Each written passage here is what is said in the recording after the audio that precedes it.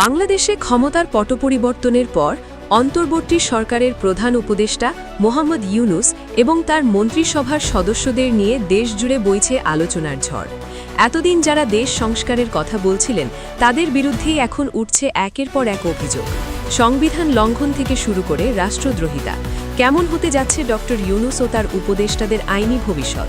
কেনই বা তাদের বিরুদ্ধে মামলার ঘোষণা আসছে?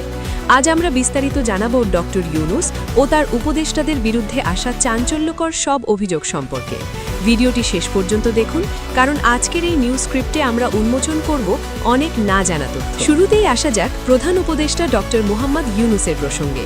সম্প্রতি ঢাকা বিশ্ববিদ্যালয়ের আইন বিভাগের অধ্যাপক শেখ হাফিজুর রহমান কার্জন এবং বাংলাদেশ মুসলিম লীগের পক্ষ থেকে ডক্টর ইউনুসের বিরুদ্ধে রাষ্ট্রদ্রোহী ও সংবিধান লঙ্ঘনের মামলার ঘোষণা দেওয়া হয়েছে। তাদের অভিযোগ, বর্তমান সরকার সংবিধান লঙ্ঘন করে দেশ পরিচালনা করছে এবং অনেক ক্ষেত্রে রাষ্ট্রের সার্বভৌমত্বকে ঝুঁকির মুখে ফেলছে। বিশেষ করে যুক্তরাষ্ট্রের সাথে গোপন কোনো চুক্তি হয়েছে কিনা তা নিয়ে প্রশ্ন তুলেছেন অনেক আইনজীবী। এছাড়া ৩২ নম্বরের বঙ্গবন্ধুর বাড়ি ভাঙচুর ও ঐতিহাসিক নথি ধ্বংসের ঘটনায় সরকারের নীরব ভূমিকাকে বড় অপরাধ হিসেবে দেখা হচ্ছে। অভিযোগকারীরা বলছেন, এসব ঘটনায় ডক্টর ইউনুসের সরাসরি বা পরোক্ষ সমর্থন রয়েছে। শুধু প্রধান উপদেষ্টা নন, অভিযোগের তীর এখন উপদেষ্টাদের দিকেও। সম্প্রতি আলোচনায় এসেছেন স্বাস্থ্য উপদেষ্টা। একটি প্রকল্পের কেনাকাটায় নজিরবিহীন দুর্নীতির অভিযোগ উঠেছে তার বিরুদ্ধে।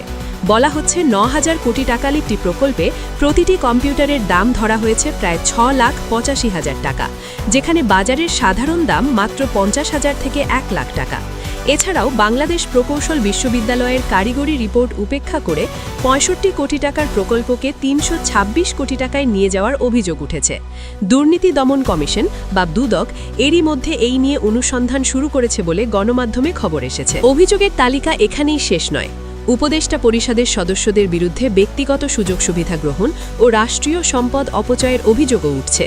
অনেক উপদেষ্টা নির্ধারিত গাড়ির বাইরেও ৩-৪টি করে গাড়ি ব্যবহার করছেন বলে তথ্য পাওয়া গেছে। ছাত্র আন্দোলনের অনেক সমন্বয়ক এবং মিত্র পক্ষকেতেও অভিযোগ আসছে যে উপদেষ্টাদের কেউ কেউ নিজেদের সেফ এক্সিট বা নিরাপদ প্রস্থান নিশ্চিত করতে পর্দার আড়ালে বিভিন্ন রাজনৈতিক দলের সাথে আঁতাত করছেন। নাহিদ ইসলাম এবং শারজিস আলমের মতো ছাত্রনেতারাও কিছু উপদেষ্টার ওপর ক্ষোভ প্রকাশ করেছেন এবং তাদের বিশ্বাসঘাতক হিসেবে অভিহিত করেছেন। আন্তর্জাতিক মানবাধিকার সংস্থাগুলো ডক্টর ইউনুসের সরকারের সমালোচনা করছে। Rights and risks analysis group দাবি করেছে, অন্তর্বর্তী সরকারের সময়ে শত শত সাংবাদিক হামলার শিকার হয়েছেন। এছাড়া বিভিন্ন স্থানে মব জাস্টিস বা গণপিটুনির মাধ্যমে বিচার এবং মাজার ও মন্দির ভাঙচুরের ঘটনায় সরকারের নিয়ন্ত্রণহীনতা নিয়ে প্রশ্ন উঠেছে।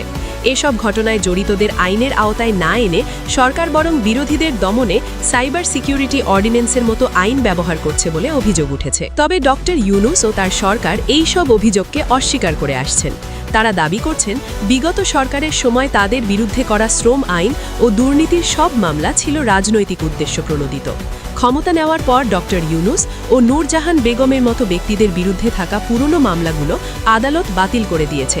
সরকারের দাবি, তারা দেশ সংস্কার ও গণতন্ত্র ফিরিয়ে আনার জন্য কাজ করছেন এবং বর্তমান অভিযোগগুলো সংস্কার কার্যক্রমকে বাধাগ্রস্ত করার অপচেষ্টা মাত্র। সময়ই বলে দেবে এই অভিযোগগুলোর শেষ কোথায়। ডক্টর ইউনুস কি পারবেন সকল আইনি চ্যালেঞ্জ মোকাবেলা করে দেশ সংস্কার সম্পন্ন করতে, নাকি উপদেষ্টাদের দুর্নীতির বোঝা এই সরকারকে বড় কোনো সংকটে ফেলবে? আপনার মতামত আমাদের কমেন্ট করে জানান। ভিডিওটি ভালো লাগলে লাইক দিন এবং শেয়ার করুন। নিয়মিত খবরের আপডেট পেতে আমাদের চ্যানেলটি সাবস্ক্রাইব করে বেল আইকনটি চেপে রাখুন। ধন্যবাদ আমাদের সাথে থাকার জন্য।